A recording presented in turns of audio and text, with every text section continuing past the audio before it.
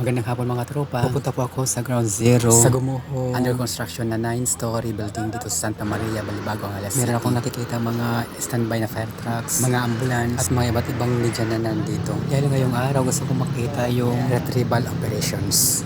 Hindi tayo makalapit sa pinangyarihan.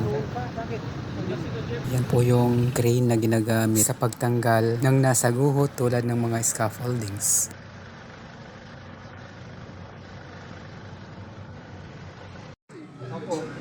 Meron po dito isa sa mga kamag-anak ng biktima na in-interview po ng mga taga DSWD. Coffee Negro. Ano yun po yung siguro yung lalim ng mga pagkit, isip na lang yung kahit ako po. Maraming mga kapulisan na nakadeploy dito.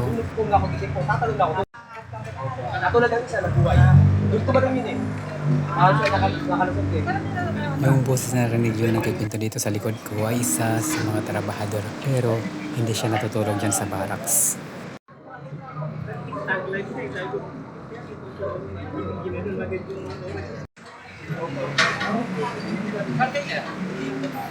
Bandang alas 8 nga ng gabi, umulan dito kaya tinigil muna pansamantala ang retrieval operations.